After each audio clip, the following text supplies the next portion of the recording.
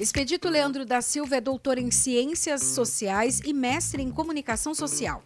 Na academia, lecionou as disciplinas de Teoria da Comunicação, Sociologia, Ciência Política, Antropologia e Artes. Escreveu livros sobre a cultura brasileira, como o Tecnobrega, do Bordel às Aparelhagens, e Forró no Asfalto, Mercado e Identidade. Expedito Leandro da Silva é o convidado de hoje do Cultura e Saber.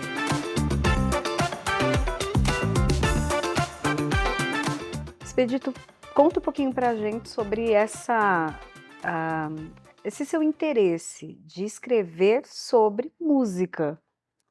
Pois é interessante porque eu sempre gostei de música, Uhum. desde pequeno, né, de ouvir música em rádio, tal, essas coisas. Na universidade é que despertou.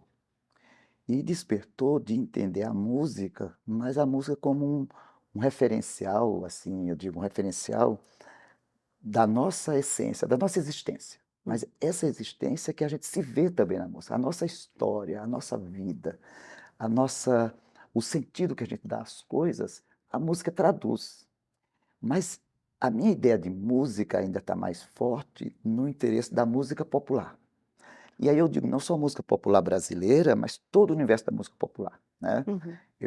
Por exemplo, eu gosto muito de blues, né, ainda não escrevi sobre blues, mas eu tenho um Uhum. projeto de escrever, ainda vou fazer. Uhum. Aí na universidade, quando eu era estudante, na minha primeira graduação, eu já comecei a fazer trabalho de faculdade, pesquisa, o TCC, essas coisas, né. Quando eu fui fazer o meu mestrado, primeiro eu fiz uma especialização que fiz uma dissertação, uma monografia sobre o forró aqui em São Paulo, Hum. e depois eu aperfeiçoei, disse: "Vai dar certo eu apresentar como projeto do mestrado", né. E aí nasceu esse aqui, aí eu passei, pode, né, Uhum. 3 anos, o mestrado na realidade são 2 anos. E a minha orientadora, a professora Heloísa Matos, ela aqui da ECA, ela disse o seguinte: "Olha, eu não quero que você termine em 2 anos seu mestrado". Hum. Eu disse: "Mas por quê, professora?" Segundo ela disse, né: "Seu Aham. trabalho é muito bom, o seu projeto, né, Aham. é um projeto inédito e tal, então você vai alargar, vamos fazer em 3 anos". E de fato, eu fui durante os 3 anos, o pessoal às vezes palestras, eu conversando, eu conto que o laboratório para eu pesquisar era onde? As casas de forró, Uhum. as casas noturnas, os shows, etcétera. Então, os colegas diziam: "Ah, você não está estudando, você vai se divertir". Também, mas você fazer aquilo que você gosta, mas com um olhar de observador. Eu tento ser Uhum. um observador, né. Então você vê no universo da música, pensando aqui no caso do mestrado, que foi trabalhar o forró como identidade sociocultural do migrante em São Paulo, mas também destacar o forró como um gênero musical regional de uma dimensão nacional e que quando eu terminei o projeto e que Hum. foi recomendado a publicação, né, e que saiu a publicação, a primeira edição, essa aqui já é a segunda edição, eh eu percebi que o forró não é mais brasileiro, no sentido de curtir, de se identificar. Hum. Ele é um gênero brasileiro, né, mas ele tá no mundo inteiro, né.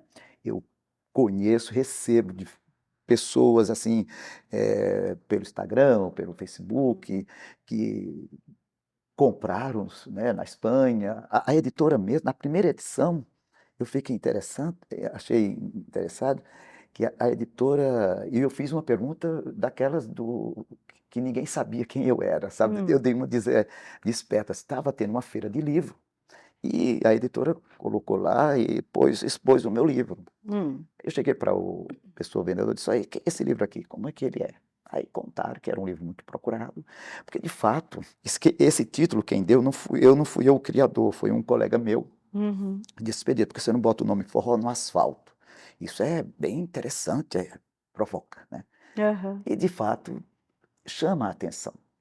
E aí o rapaz que estava vendendo o livro disse: "Olha, ele é muito procurado, é bastante procurado e tal, inclusive tem uma distribuidora que está levando ele para Espanha, Portugal, França e Alemanha, Disse, que maravilha. Aí eu liguei para o editor e disse, de fato, o seu livro está indo lá e tal. Uhum. Isso foi durante 10 anos, e depois outros contatos nos Estados Unidos mesmo, né? Uhum. Por conta do forró, eu publiquei na primeira edição em 2003. Em 2004, eu recebo aqui na Unisa, né, eu já era professor aqui da Unisa, recebo Uhum. um e-mail de um professor pesquisador da Universidade de Missouri, nos Estados Unidos, que enviou para a coordenação aqui do curso, do Uhum. departamento, dizendo que queria falar comigo por conta do livro que ele estudava, é um brasilianista, ele é norte-americano, mas estuda a nossa cultura brasileira, Uhum. e queria meu contato. E aí a gente entrou em contato e tal, somos amigos até hoje, né? Que é o Jack. Ele vem aqui, ele fez uma pesquisa do pós-doutorado dele aqui no Brasil também sobre forró. Aham. E eu achei isso muito bonito, muito importante. A gente já fui lá, o forró leva a gente para muito lugar, né? Hum. Então, por conta do forró, eu fui convidado para falar do segundo livro, lá na Universidade de Missouri, que é a influência da música caribenha com a música popular do Pará. E aí eu fiz o forró fez essa ponte, né? Por que eu estou dizendo isso?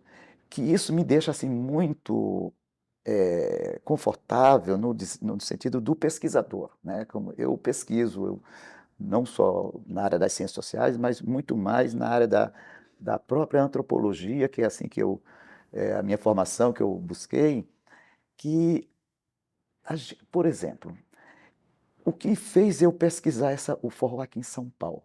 Hum. Eu não sou eu sou pernambucano, estou aqui há pouco tempo, 30 anos. Ah. Eu vim terminar meus estudos aqui e queria fazer o mestrado para ir embora. E não fui até hoje. E aí acontece o seguinte, eu ficava olhando, observando. São Paulo é uma cidade imensa de nordestino, né? Tem por Sim. todo lado. É um Nordeste fora do Nordeste. Eu dizia, mas o que é que faz essas criaturas, quanto eu, que está por aqui? Não, não é só o trabalho, o dinheiro que faz ele ficar aqui. Sim. Tem alguma coisa que faz a gente ficar por aqui. Hum. E eu ficava aqui, aí eu visitava amigos, alguns parentes, poucos que eu tenho, visitava os bares, por todo canto, né? Eu ia por todos os Uhum. lugares, nas periferias, por tudo que era lugar. E eu via a música tocando sem parar. Qualquer estilo, seja Gonzaga ou seja os mais recentes. Uhum. E nas festas sempre tem forró. Eu digo, tá aí o negócio. Aqui é a música que faz esse sujeito reviver o seu espaço que ele Uhum. deixou. Esse espaço que ele deixou, ele aqui ressignifica. Aqui a música faz ele criar um outro, através do imaginário, um outro Nordeste, Hum. que ele sabe que não é geograficamente, mas culturalmente é assim que ele se sente. Então aqui onde ele pode, ele faz suas festas, ele vai nas comidas, né, restaurantes, nas casas que chama Casa do Norte, festa de aniversário, tudo isso ele vai refazendo. E aí o Gonzaga traduziu muito bem o Nordeste em todas as suas canções. E também traduziu a vida do nordestino para o Centro-Sul, São Paulo, Rio de Janeiro, né? Uhum. E aí isso me faz entender que a música, porque muitos que vieram nordestino, ele não voltou, Sim. teve vontade de voltar e não voltou. Mas a música faz esse regresso, vai matar a saudade, vai lembrar. Eu conheço pessoas, filhos de nordestino, que vieram ainda na época do pau de arara, que o pai já faleceu, que era de lá e tal, não voltou mais, mas os filhos, que já são adultos assim e tal, têm o mesmo sentimento sem nunca ter ido lá. Então, essa coisa da cultura, eu tiro assim, a conclusão que eu vou tendo, é a cultura como um todo é uma espécie de um oxigênio para você existir, para dar sentido ao que nós estamos fazendo. Uhum. Então, na universidade, como pesquisador, eu dou uma ênfase muito para a música, porque a música ela fala, e a música não tem fronteira, né? Então, Uhum. por exemplo, eu estou com esses dois aqui que eu falei, agora o do forró, que é bastante, já está na segunda edição e é bastante, o pessoal comenta muito e tal. Tem esse outro aqui da música paraense. Agora estou eu e esse colega, o Jack, esse colega norte-americano, nós estamos juntos produzindo um material que não sei se vai sair livro ou artigo acadêmico, mas nós já fizemos a pesquisa de campo que é sobre o Lundu Marajoara, o Lundu na Ilha do Marajó. Eu acho isso importante porque o Lundu do Marajó, por exemplo, o Lundu é uma música brasileira que foi muito popular. Hoje, talvez toque, ninguém nunca mais. Mas lá é muito vivenciado. Eu fui lá, vivi com o pessoal, entrevistei muita gente. E lá ainda mantém, não sou eu que digo, as pesquisas que a gente fez e os depoimentos que a gente colheu, ainda mantém a característica muito próxima à origem da África, quando ele veio da África. Então isso a gente precisa não fazer apenas um registro histórico documental, que é muito importante, mas também fazer uma análise. E eu tento fazer essa análise de entender todo o significado, todo o universo de pertencimento que a pessoa se vê por ali. Por que que a gente, quando a gente fala do samba, o samba pertence a todo brasileiro. O forró também. Eu já dizia, o forró tem uma dimensão nacional. E não só porque recentemente o governo federal, por meio do Ministério da Cultura, assinou que o forró é uma música nacional, aqui eu já estava dizendo isso há muito tempo, né? Eu não estou falando isso para dizer que eu descobri a roda, jamais. Mas por conta de quê? Que é uma vivência presente. No interior aqui de São Paulo, ainda falando aqui, eu esqueço, me perdoe que eu não lembro agora o nome da cidade, mas tem uma cidadezinha aqui no interior de São Paulo, cidadezinha no carinhosamente falando, que uma vereadora criou a semana, um projeto de lei, que eu vi isso, que por acaso me passaram, né? Até um dia eu quero conversar com essa vereadora, que eu fiquei muito feliz. Ela usou este livro para elaborar o projeto de lei para criar a Semana de Arte e Cultura Nordestina. Veja que coisa interessante, né? Aqui no interior de São Paulo, não sei, agora me lembro aonde é. Então, eu digo isso como a música é importante, né? Como a música fala com a gente, né? E aí eu procuro fazer isso dentro do universo acadêmico da universidade. E quando há interesse das editoras publicar, e que é importante, que tem uma certa qualidade, a gente publica. Mas não é, por exemplo, como uma literatura, que isso aqui eu vou vender e de repente eu vou ganhar dinheiro. Não. Isso aqui é apenas uma contribuição que, dentro de uma pequena experiência de pesquisador e de professor que eu sou, eu posso contribuir para outros pesquisadores também, etc. Então, acho que é a minha função social aí nesse campo. Nas suas pesquisas, você percebeu também que o forró acaba trazendo a questão do pertencimento?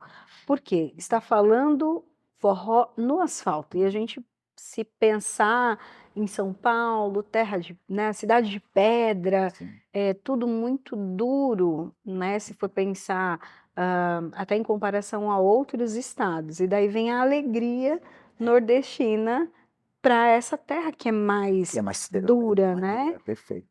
Traz também esse pertencimento. Olha, eu estou em São Paulo, eu faço parte também Tá de São bom. Paulo. Pois é, muito bem. Sabe por quê? Veja, como toda manifestação cultural, né? Todo manifesto cultural ele não é puro. Por mais que eu diga, não, isso aqui, eu falo aqui, por exemplo, eu classifiquei o forró em 3 categorias. O tradicional, do Gonzagão, do Amiguinhos e Marinês e outros mais, Jacos do Pandeiro, etc. O forró universitário, que foi uma moda que começou, que ainda tem, que faz uma ponte aí, que tem um estilo próprio, né? E também, quando eu estava elaborando isso aqui, estava o auge do forró, como é que chama? Eletrônico, né? E aí, eu estou falando isso, que eu falo também aqui, aí cada um eu defino. Mas aí, isso que você está falando, a questão da pertença, aonde é que está o pertencimento? Vamos pensar assim, aonde é que está o pertencimento? O sujeito que curte uma dessas categorias, ou até as 3, aonde está o universo de pertencimento que ele se encontra ali dentro? Aqui em São Paulo ou lá? Não é interessante a gente pensar? Porque se eu disser, e assim penso, bom, o forró tradicional é uma pertença total para todo mundo. De fato, enquanto expressão de manifesto imaginário né, está ali dentro, está falando. Mas nem todo mundo, a rapaziada mais jovem, Tem. curte daquele estilo, né? Sim. Ele, por exemplo, agora, o ano passado, foi. Eu estava de férias e eu vou visitar todo ano minha família em Pernambuco. Eu estava na praia, lá no litoral de Pernambuco, uma praia muito boa, Tamandaré, ali pertinho de fazer a propaganda, perto de Maragogi, fica a 20 quilômetros de Maragogi, mas já é Pernambuco, é na divisa mesmo. E lá, o que rolava naquele janeiro de férias era o Gonzaga remixado na batida, como se fosse o funk, sabe, o batidão. E aí eu disse, que é isso? E eu fiquei assim. E aí a gente que pesquisa, tal, por onde você vai, você observa as coisas. E você quer entender, né, para poder, inclusive, olhar onde minhas hipóteses estão caminhando. E aí eu vendo quem é que faz essa remixagem, que coloca o batidão, mas a voz é do Gonzaga. Ele tira a sanfona, faz o mundo eletrônico hoje faz o que quer, né? Até a minha voz, se eu quiser ser, eu não sou, mas se eu quiser ser cantor, a minha voz tornaria o cantor mais brilhante, mas não que eu fosse cantar que não servia para nada. Pois bem, o Pertença aí, do Gonzaga no eletrônico, a Carolina, que era a música que estava mais tocando, faz o jovem de hoje, que gosta do funk, que gosta do sertanejo universitário, que depois a gente pode até falar que não é uma música caipira, que não tem nada de sertanejo, é um outro estilo, né? A gente pode falar também isso. Ele se identifica, ele quer falar do Gonzagão, ele pertence àquele Nordeste rural, urbano, rural do Gonzagão, Sim. mesmo ele na cidade, mas ele não quer ouvir aquele mesmo toque, aquele mesmo som, aquela mesma melodia. Ele escuta em outra, do qual é a linguagem dele. E quem sou eu para dizer que está errado? Então, ele tem um pertencimento. Mas outros que têm outra referência e tal, não, Gonzaga, a gente não esquece. Eles também gostam, eles têm maior, mas fazem isso com respeito. Como tem aqueles que também, do universitário e tal, porque também fazem a linguagem, se você vê a linguagem de pertença, o forró universitário não identifica apenas uma pertença a quem é nordestino, mas a todo mundo. Inclusive, aqui eu faço essa observação, essa análise, porque, entre outras coisas, desse universo de pertencer e de sentir-se contemplado, sobretudo para o pessoal daqui de São Paulo, a classe média, né, os jovens de classe média, que é quem mais cantam e usufrui do forró universitário, se você observar o tom, a batida, o estilo, a nota musical do forró universitário, é o shot. E o que é o shot? Se você olhar, é o reggae. É aquele lá, é o passo. E aí eu digo, aí é que está. Ou seja, ele gosta do reggae, o reggae dança sozinho e tal, porque quem não gosta de reggae? Mas ele vai tocar dessa forma. E aí ele se vê e esse universo de pertencimento. A época que eu estava aqui, esse mesmo jovem que tocava forró, do forró universitário, Dominguinhos e outros assim, quando ele não ia forró eletrônico, de jeito nenhum. Veja como é a questão da classe social, né? A classificação. Então, esse jovem classe média para cima vai para o forró universitário, se vê, estão entre eles, toca, por exemplo, o Dominguinhos, eles cantam, dançam e curtem belíssimamente, ou qualquer outro estilo. Se o Dominguinhos, na época aqui, a região de Santa Amaro, tinha uma casa noturna muito grande, hoje não tem mais, chamava-se Patativa. Era uma casa bem para o rapaziada, o povão, né? Se o Dominguinho viesse cantar e tocar no Patativa, eles não vinham. O que é que eles não viriam? Né? Porque o Patativa é do povão, dos migrantes, dos trabalhadores, do povo simples e etc. Então, a classe, eles se vê de outra forma. Né?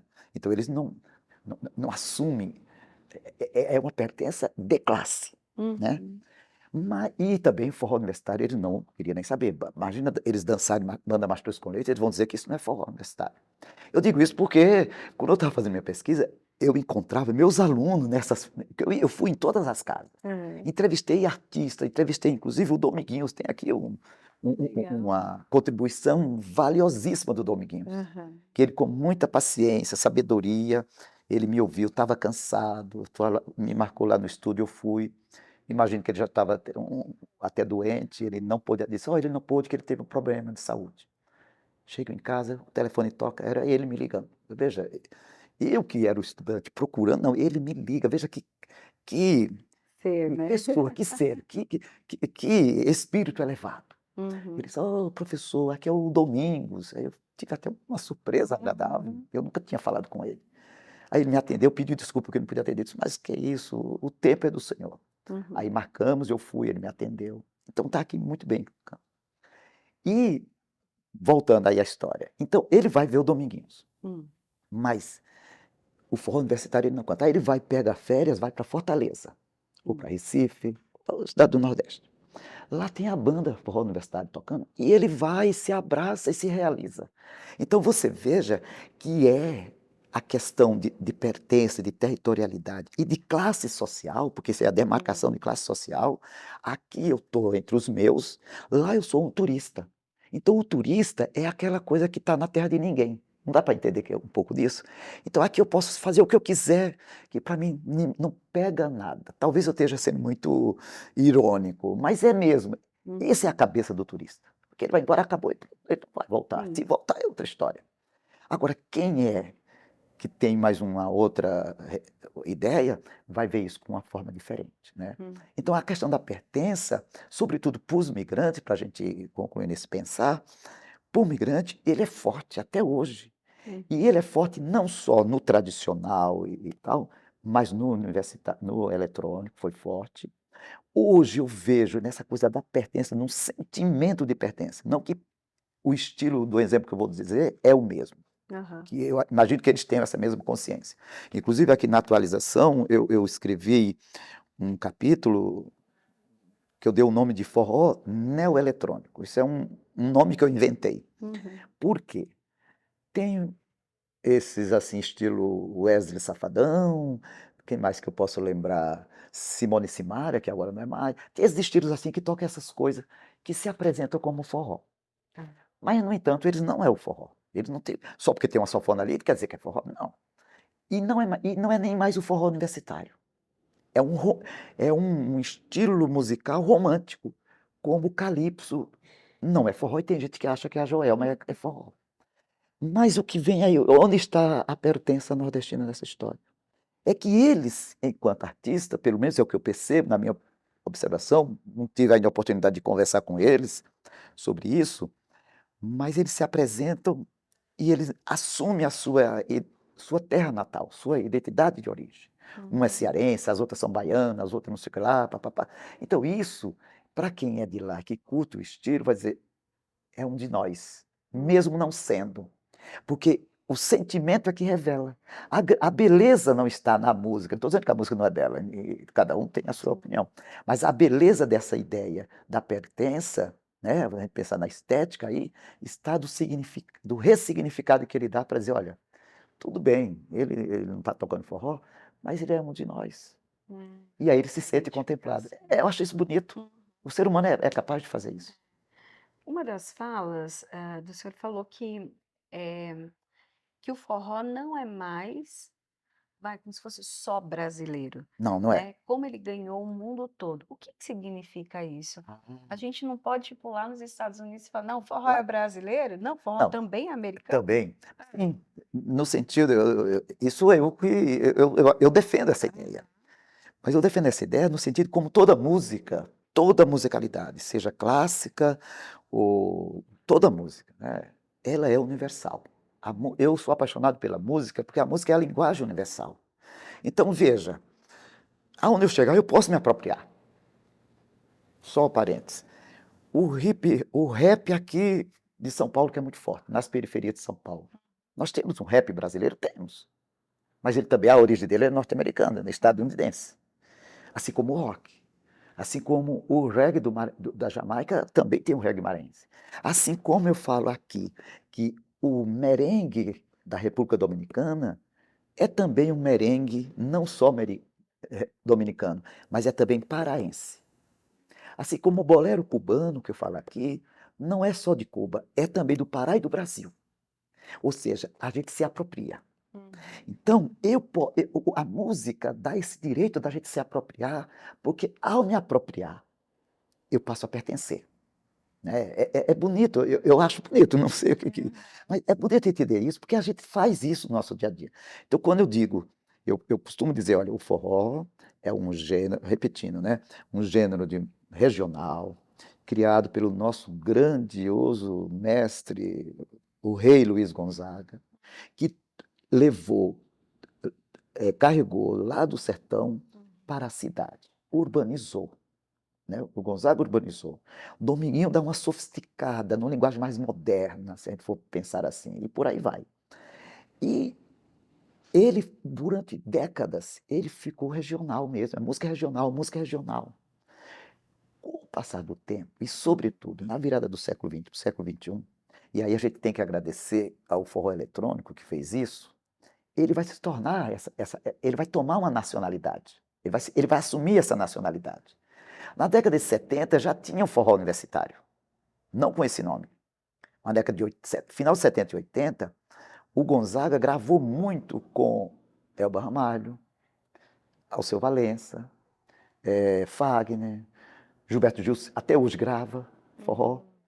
Quem mais? Zé Ramalho, Geraldo Azevedo. Eu estou perguntando na época que eram nordestinos que não são forrozeiros, mas cantam forró, traduzem o forró. E naquela época a classe média universitária curtia eles a beça. Né? Gal Costa, tem uma música de Gal Costa com o Luiz Gonzaga que é, nossa, é belíssima. Então, ali já era, mas não tinha esse nome. Os anos 90 vai ter esse nome, que começa por uma brincadeira, veja bem, uma brincadeira. Inclusive, eu entrevistei essa senhora, ela me atendeu assim belíssimamente, ela deu uma contribuição belíssima. Essa ideia de forró universitário nasceu pela mãe de um grande roqueiro nosso brasileiro, a Lu Brandão. A Lu Brandão, eu conversei com ela, eu sou muito grato à contribuição dela, que eu sabia, eu queria conversar com quem inventou essa coisa universitária. E aí eu fui conversar com ela, numa casa de forró universitário, a primeira casa de forró universitário, que era o Projeto Equilíbrio, que não existe mais. E eu conversando com ela, ela disse, olha, foi um dia que eu fui levar uma... Ela sempre foi promotora de banda de rock, ela sempre foi no universo musical do rock, né? E aí ela, assim ela me contou, né? E ela disse que trouxe uma banda de rock para dar uma entrevista na Rádio USP. E viu uma rapaziada lá tocando um zabumba e sanfona. Ela disse, opa, isso aqui é interessante. Aí convidou, você não quer ir lá se apresentar? Então, nessa banda de rock, tá, vamos fazer. E aí começou. E a partir daí, deu no que deu. Né? Então, tem essa história. E ele se torna nacional, essa nacionalidade do forró passa a ser a partir dos anos 90 com o forró universitário, porque quebrou completamente. Quando o Gonzaga morre, o forró parece que ficou de luto muito tempo. A música nordestina, o forró, ficou muito tempo de luto. Aí veio o modismo do axé music, depois do sertanejo chororó e tal. Nos anos 90 é que nasce esse forró universitário, as bandas, por um cearense, um produtor musical, empresário do campo musical do Ceará, que ele empresariava bandas de festa de formatura, né? E ele vai agora estilizar e colocar banda, sax, teclado, ele vai... No palco vai ter 16 pessoas integrantes, 2 vocalistas, 2 vocalistas, não sei o que lá. Ele faz... A produção não perde para uma produção de um mega show de rock. Ele faz tudo isso. E aí a rapaziada ganha, e ganhou corpo, e aí foi o auge dos CDs, e aí isso tornou-se hoje o que é, de fato, uma dimensão nacional e internacional, porque, olha, o que tem de bandas, de pessoas que tocam forró na Europa não é brincadeira. Na Coreia, não, nas Filipinas, tem uma banda de forró de mulheres filipinas cantando na sua língua e tal. Veja isso, né? e assim vai. Eu acho isso muito belo. A gente pode falar também que a música ela pode trabalhar as questões do preconceito, Sim. do racismo, da xenofobia, Uhum. levando em consideração que aqui em São Paulo, né, por muitas vezes os nordestinos foram utilizados. Agora, ter, né, a música ali quebrando barreiras, parece que ela chegou em lugares que muitas vezes o discurso não chegou. É bem pensado. Olha, ainda hoje tem preconceito, mas já teve mais, né? Eu estou aqui há uns 30 anos, como eu já disse, era bem pior. Era muito pesado. Era muito pesado. Eu já estou esse tempo todo, ainda tenho o meu sotaque nordestino, que eu sinto muito feliz, né? Uhum, Mas era é bem pesado. Eu ainda, hoje eu estou numa situação, quando eu cheguei como estudante. uhum, Hoje eu tenho uma situação que eu digo, é um privilégio que eu conquistei, que uhum. na universidade, já estou na academia, dou aula, sou pesquisador, estou conversando com você aqui, Uhum. pesquiso, publico. Então, de certa maneira, eu adquiri um certo respeito quanto a isso. Mas quando eu cheguei aqui como estudante, eu fui estagiar no departamento de cultura daqui da Prefeitura de São Paulo, Uhum. departamento de Serviço Educativo do Patrimônio Histórico. No primeiro dia que eu entrei lá, que fui fazer um crachá eletrônico, já fui bombardeado por duas senhoras funcionárias dizendo o que é que eu vim fazer aqui, me perguntando, né? Então isso é pesado, isso é muito forte. Para você, ué, eu falei para elas, eu estou fora do Brasil, São Paulo, Uhum. eu fui muito, assim, né, eu Natural, não né? fui brigar, né? Eu disse assim, bom, mas eu tenho que dizer algumas coisas para essa senhora, elegantemente, mas eu tenho que botar ela no lugar dela. Sim. E aí eu disse, aqui não é São Paulo? Ah, mas não sei o que lá, e foi aquela coisa. Eu falei, pontuei algumas coisas e botei ela para pensar, não sei se conseguiu pensar, que não Uhum. vou aqui detalhar, não precisa. E assim foi muita coisa, o outro dia a gente vê, né? Mas aí é o que você está falando tem muito sentido. Uhum. Música, ela, eu não vou dizer que é uma arma que foi um instrumento de resistência, né? Sociologicamente a gente não pode dizer assim, eu assim não vejo. Mas ela foi um instrumento de persistência. Uhum. Ela persiste, ela estava lá, foi. E o caboclo nordestino lá do sertão, ele vai lá, ele faz. Não adianta mandar dizer que, olha, ele bota um volume alto e faz e vai. Por exemplo, na década de 60, 70, quem inaugurou a primeira casa de show de música nordestina aqui em São Paulo é o Pedro Sertanejo, Uhum. pai do Oswaldinho do acordeão, aqui no Catumbi, né, aqui na Baixada do Glicério, aquela região, né? Aham. E ele, para fazer seus shows no final de semana, precisava ir na delegacia, pedir uma autorização da polícia Hum. para fazer o show. É. Por quê? Nordestino, a peixeira, rasca-faca, briga, Tinha e também esse nordestino, sim, e pobre junto, trabalhador junto só vai criar bagunça, vão gritar, vão sair pela rua, ou seja, uma carga de preconceito que, Uhum. como o trabalhador que chega aqui, ele só é para trabalhar a casa, trabalha como se fosse um escravo. Hum. E dentro do sistema de trabalho, das relações de trabalho, eu não quero entrar nesse detalhe, o trabalhador já é explorado. Ele já está dentro de uma situação, ele não é escravo, mas ele está explorado. Uhum. Ele precisa também do seu lazer, ele Sim. precisa se ver, se reencontrar. E a casa do Pedro, que era assim que eles chamavam, a casa do Pedro era a casa deles. E o tão lindo que era, que a maioria morava como é que chama? Nos acampamentos que chama alojamento Das das construções, né? construções. Uhum. Então não tinha endereço, porque todo dia estava num lugar. É. O que é que eles faziam? Naquele tempo não tinha internet, telefone era bicho difícil e tal. Os parentes escreviam para eles, Hum. mandavam o endereço da casa do Pedro, do show, da casa noturna. Então, quando tocava, o primeiro artista se apresentava, no intervalo, Pedro Sertanejo pegava o microfone e ficava lendo. Antônio José da Silva, carta sua da Bahia, fulano de tal. Ele era a caixa postal, era uma extensão, sem querer, dos Correios. Ele, além de prestar um serviço cultural, de cultura e música e de expressão do seu povo, porque ele também era nordestino, mas ele prestava um serviço social de que eu preciso também me comunicar com meus parentes. Veja, a gente parece engraçado, mas isso tudo para você ver como o nordestino, ele, na sua trajetória, ele foi tratado com essa coisa de preconceito, tanto é que ele, ainda hoje, não é muito, mas você às vezes escuta lá atrás, chamado de baiano, quer maltratar alguém, chama fulano de baiano. Isso é uma ofensa. Eu não sou baiano, eu sou nordestino. Como no Rio de Janeiro chama ele de Paraíba. Não, nordestino é nordestino, Paraíba é Paraíba. Então isso é uma forma de não só rebaixar, menosprezar e destratar o sujeito. Para dizer, olha, você não é ninguém. Você não faz nada, não sei o que lá. Então, nesse sentido, a música, e eu não digo só a música, eu participei de um simpósio internacional com a Universidade de Portugal eh,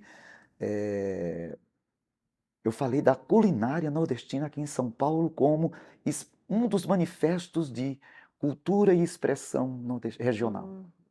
Era isso que eu até ia Entendeu? falar, porque hoje, quando tem até a questão do turismo, do passeio em São Paulo, É, um dos lugares os restaurantes, tradições nordestinas. O CTN é o primeiro a ter essa referência. Tanto é que quando o Centro de Tradição Nordestina é inaugurado juntamente com a rádio, na época, eles foram muito atacados verbalmente, inclusive foram lá pinchar com dizeres e a suástica nazista. Foi um absurdo, eu lembro desse tempo. Escreveram lá morte aos nordestinos e parará, essas coisas todas, né? Mas ele persistiu, tá aí. É um empreendimento comercial que deu certo. Eu acho bom porque é um lugar, é um pedaço do Nordeste que é refeito, é bonito. É tão, o nordestino ele acha tão legal que quando vem de lá ele faz questão de levar. Aí ele, poxa, a gente já tá lá, a gente já come tudo isso. Não, mas eu quero que você veja. Então ele se sente bem nesse ponto. Mas não é só lá, mas a culinária, se você for de São Miguel Paulista, que tem a Praça do Forró, né? Aqui, São Miguel, como nós estamos falando para a TV, né? São Miguel é um bairro aqui de São Paulo, que é um bairro histórico e que tem uma presença nordestina muito forte, e lá tem a Praça do Forró. A Praça do Forró não foi a prefeitura que achou, eu vou fazer tocar lá, e queira ou não, a gente vai dançar aqui no meio da rua. E hoje tornou-se a Praça do Forró. Então, desde São Miguel, Praça do Forró, Ermelino Matarazzo, Santo Amaro, Zona Leste, Cachoeirinha, todo lugar, você vai encontrar restaurantes de comidas típicas nordestinas e muito bem feita, muito bem cuidada, com uma finese mesmo, sabe? E isso faz com que comunga com as ideias daquela que eu falei, da pertença que nós estávamos falando. Sim. Essa é a identificação.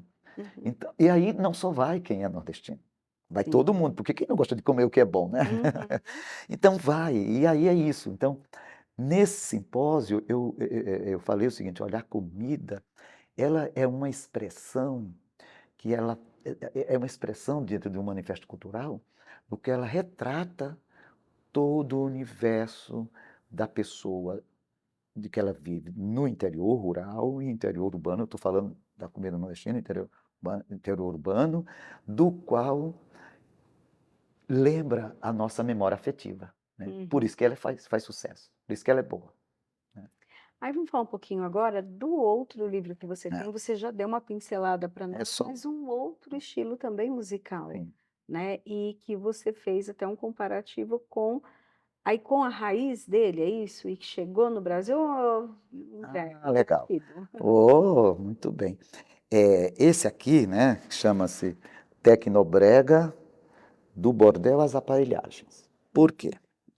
Esse título nasceu, antes dele, eu queria fazer, é minha tese de doutorado na antropologia, e eu conversando, fazendo as minhas pesquisas de forró e tanta coisa, eu disse, o universo da música paraense era muito presente, é ainda hoje muito presente. Eu disse, é lá que eu vou ancorar a minha barca. E fui para o Pará. Olha, Fui para o Pará e eu passava o mês de julho todinho lá.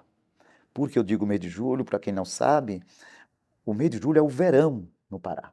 É o verão paraense. Então, o verão paraense não é que faz frio, não é é porque só chove uma vez no dia. é o verão paraense. Hum. O final de ano, dezembro, janeiro, é o inverno. Mas não é que faz frio, a Amazônia não faz frio, é que chove o dia inteiro, todo dia. É só isso. Pois bem, aí eu fiquei lá, fiquei lá os 4 anos, indo todo mês, todo ano, assim, passava tempo lá. E aí a observação era o bolero como uma música brasileira, mas que é muito forte lá, que é chamado de brega, música brega.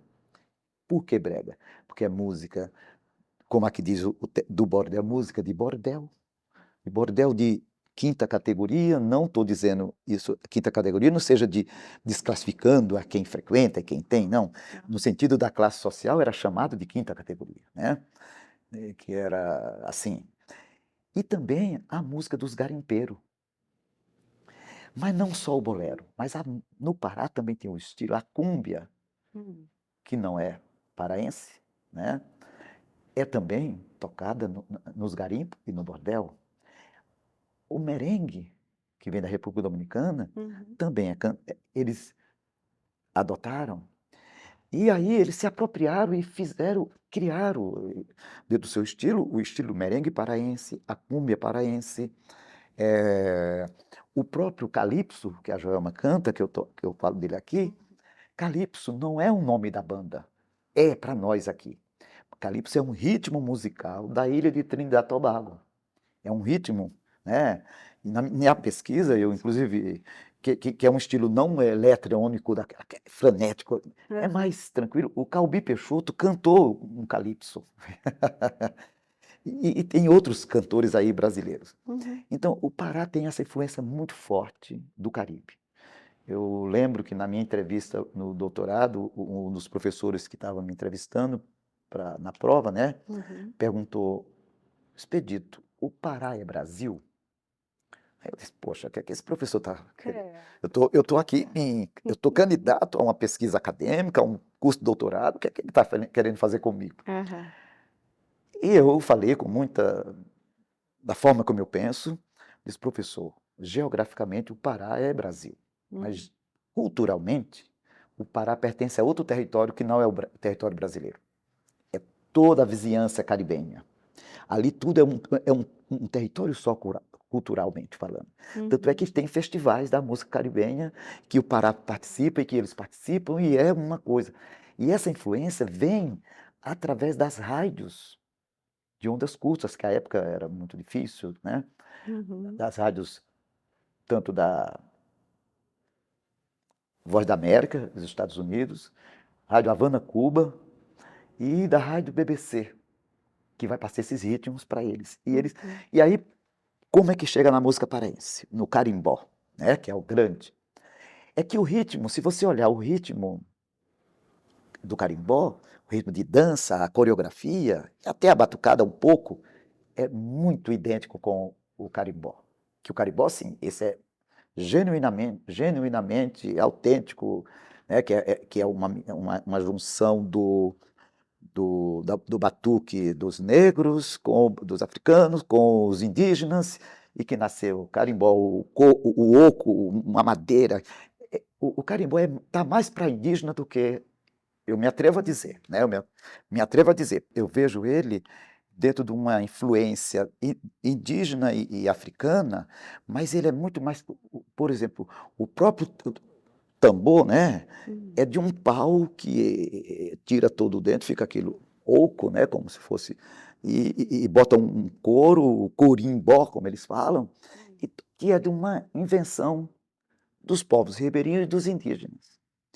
Então, o carimbó, ele se apresenta, ele é a música paraense, é Uhum. bonito de ver, e aí ele dialoga com essas músicas de estilo caribenho, né? Ele dialoga com a lambada, ele dialoga com a música, a típica música brega que faz uma mistura aí do romantismo do bolero, mas desse romantismo bem, como é que se diz? Porque quando a gente fala da música popular, o brega que eu estou falando aqui não é no sentido pejorativo, é no Uhum. sentido de uma expressão popular que as pessoas populares falam, Aham. né? E que também sofre preconceito por parte de pessoas classe média para cima no Pará também sofre, né? Porque essa música brega é do povo, é não sei o quê e tal, ninguém quer essas coisas, também tem. E aí o carimbó também, por ser música de negro e de índio, indígena, teve muito tempo o preconceito. Né? Não, não, não, não. Porque, né? Aí o carimbó vai dialogar com a música caribenha, porque tem o ritmo e as histórias também são assim. A história das letras também. O carimbó fala muito, o carimbó tradicional, você vai ver, ele fala muito dos bichos, das árvores, dos matos, até porque no universo mitológico amazônico é o mundo, é o universo dos bichos. E esse universo dos bichos, dos encantamentos, dos encantados, está no imaginário do povo indígena. Né? Porque o índio ele tem todo um contato com a natureza, para ele, o bicho, o animal, as coisas faz parte. Ninguém está superior. Eu não sou superior, o indígena não é superior à borboleta e vice-versa. Tem uma sintonia, uma coisa muito bonita. Então, a música fala disso. E a outra, que não é carimbó, também vai falando dessas coisas. Nesse sentido, o carimbó vai chegar na cidade, ele vai se tornar ainda mais forte. O rádio é o grande que vai propagar a música caribenha. O merengue vai estar isso. A cúmbia, como eu falei. Tem mais um outro estilo que eu não me lembro agora, sei que são fortes, mas são três ou quatro estilos. Né? E aí entra também uma outra coisa, já mais recente, primeira década desse século, que é a música eletrônica. Mas não é a música eletrônica na batida eletrônica clássica, é o brega no ritmo eletrônico, que vai ser chamado de tecnobrega. Por isso que é o nome do livro. O tecnobrega, o que é que os jovens da periferia de Belém e das grandes cidades do Pará fizeram? Eles gostam do tech music, né? Do batidão, da música técnica. A música técnica. Então, eles gostam da música técnica, mas só que eles queriam, e em casa eles escutavam os pais deles dançando, porque lá eles dançam, pessoal, lá a música ferve, é uma coisa muito bonita, lá é uma coisa muito assim, é muito diferente de São Paulo. São Paulo não é dançante, me perdoe o pessoal daqui, os paulistanos aqui, né? Lá é dançante, o Nordeste também é dançante. E aí o jovem não queria ficar ouvindo aquela coisa que relembra o garimpo, que relembra a prostituição, o brega e tal. O jovem queria coisa nova, então ele vai fazer o remix, samplear, né? E vai colocar isso. Entre esses, muitos as aparelhagens, bandas e aparelhagens, bandas não, são DJ de aparelhagens, e também grupos como a Gabi Amarantos, que ganhou inclusive o Grêmio Latino com o Tecnobrega, a música paraense. E ela, com uma forma muito bonita, como uma diva da Amazônia, eu fiquei muito feliz de vê-la apresentar ali, porque ela traduz exatamente o que eu tento passar aqui no livro, né? Essa beleza, essa grandeza que tem o povo paraense na sua música, na sua interação com outras culturas dos países vizinhos, que o Brasil de cá, às vezes, ou parte desse Brasil de cá, não quer olhar. Não sabe nem onde fica a Ilha do Marajó, por exemplo. Né? Então, eu penso fazer isso, e por quê? Aí entra uma outra coisa importante que eu coloco aqui, essas aparelhagens, essa música técnica desses jovens da periferia de Belém, está para a música, o tecnobrega está para o jovem da periferia de Belém, assim como o hip hop está para o jovem da periferia de São Paulo. É bem isso, para você entender. E mais, eles têm essa forma e eles começam, pelo tecnobrega, algumas aparelhagens, se identificar com a cultura indígena. Tem uma aparelhagem que chama-se Tupinambá. E o DJ, inclusive eu entrevistei, conversei com ele e tal, acompanhei, fui em muitos shows e tal, apresentações, ele está assim como nós aqui, tranquilo, Eu fui assistir um show lá, e não é em casa noturna essas aparelhagens, é em estádio, em balneário, é tudo grandioso, é muita gente. Uhum. Aí eu fui num show lá num estádio de futebol, não lembro agora qual era o time, e o rapaz estava lá, sentado e tal, eu já tinha entrevistado ele, já tinha conversado com ele e tal.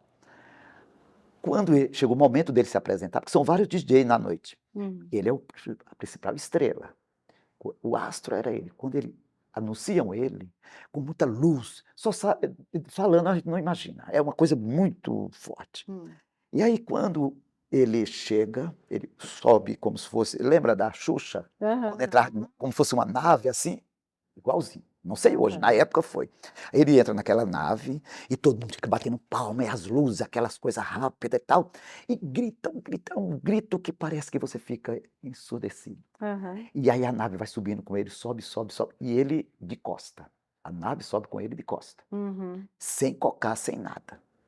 Aí ele de costa, põe o cocar e vira-se pro povo. Gente, aquilo ali, olha, só sabe vendo. Eu fiquei parado de ver o frenesi, a loucura. E aí tem um anúncio de DJ Dinho, o cacique que veio para salvar sua tribo. E começa a identificar tudo, assim. Ou seja, a conclusão que eu fiquei, que eu fico com e quero ficar com essa conclusão do Tecnobrega, naquela experiência que eu tive lá. Os antepassados daquele povo, porque no Pará quem não é negro é índio, é indígena. Os antepassados daquele povo, daqueles jovens, viviam e cantavam e dançavam ao redor da fogueira. Hoje, eles continuam mantendo a mesma tradição dos antepassados, dançando ao redor da fogueira eletrônica. Não é verdade? Sim. Não tem outro sentido. Então isso é bonito, muito bonito. Legal, assim, né? Ter toda essa pesquisa. E falando nisso, já tem projeto para uma nova pesquisa? Tem algum ritmo que te chama tanto atenção? Minha querida, projeto a gente sempre tem, né? Eu faço isso porque eu gosto, muito mesmo. Acontece que tem um que está engavetado desde que eu terminei o doutorado. Mas eu quero agora, a partir do segundo semestre, ou eu faço isso, ou a gente não faz. Porque na universidade é muito trabalho, você vê mesmo, para a gente agendar aqui, a gente tem sempre coisa, trabalho e tal, orientação e tal. O meu projeto agora, que eu quero fazer, no meu pós-doutorado, que é analisar a origem, não é bem ainda isso, mas eu já estou dando uma ideia, é estudar a música dos vaqueiros nordestinos, atuada, como eu trabalho com música na antropologia, é observar a música dos vaqueiros nordestinos e a vaquejada, a transformação. Porque a música do vaqueiro nordestino não é de origem portuguesa, e nem é indígena, e nem é africana, é árabe. Nossa. O Nordeste é árabe, e nós nordestinos somos árabes porque somos colonizados por portugueses. Se basta olhar a toada de um vaqueiro. Esses dias um colega meu que é árabe, ele me mandou um vídeo, ele colocou um canto árabe no seu solo sagrado, cantando, e depois ele botou uma música, uma toada do vaqueiro nordestino, que a gente chama de aboio. Não há diferença em notas, eu não entendo de nota musical, mas eu sei ler. O meu ouvido, eu gosto de escutar. Olha, a mesma sincronia. E veio com na época chamavam esses árabes que chegaram no Brasil, no Nordeste, vieram chamados de cristãos novos. Eles tinham que se converter ao cristianismo, ao catolicismo na marra, mas eles trouxeram, com eles vieram sua bagagem cultural. Então, essa é a minha próxima, que eu quero estrear, quero escrever, não vai ter pressa, mas eu quero fazer bonitinho, porque eu acho que é legal escrever nesse sentido, dentro de uma análise que eu estou pensando, porque eu quero pensar na análise a vinda e as transformações socioculturais e a interferência do mercado cultural, da indústria cultural. Por exemplo, aqui eu não citei, porque eu estava mais na descrição histórica dos significados, né? Mas aqui eu falo da interferência do mercado cultural. Como o original, original digo, a tradição vai para a indústria cultural, vai para o mundo do mercado e que se transforma em outra coisa, né? Então, Sim. como é que essa música que ainda existe, que ela não tem nenhum instrumento, é só no gogó. Hum. E como é que ela hoje já está muito transformada, né? Se você vê aí, tem uns aí que estão cantando, que eu digo assim, não é. Mas aí entra o universo de pertença que a gente estava falando, né? Então não é, mas a gente entende. Eu entendo, é uma outra fase, é uma outra etapa. Então é importante a gente falar, né? É isso que eu estou Então, pensando. logo, logo a gente tem Eu espero. novidades, Eu né? acho que antes desse que eu estou falando, vai sair do Lundum da Ilha do Marajó. Isso vai sair, que é uma parceria minha com o meu colega, o Jack, o Uhum. professor Jack, né? Acho que vai sair. Obrigada por compartilhar com a Obrigado. gente um pouquinho da história, dos seus livros, da sua produção, de tudo aquilo que é resultado de pesquisa, de um olhar, de uma conversa, né? Não só uma, mas várias, A né? gente escuta muito. Trazer realmente um conteúdo tão rico. Muito obrigada. Eu que agradeço e fico à disposição.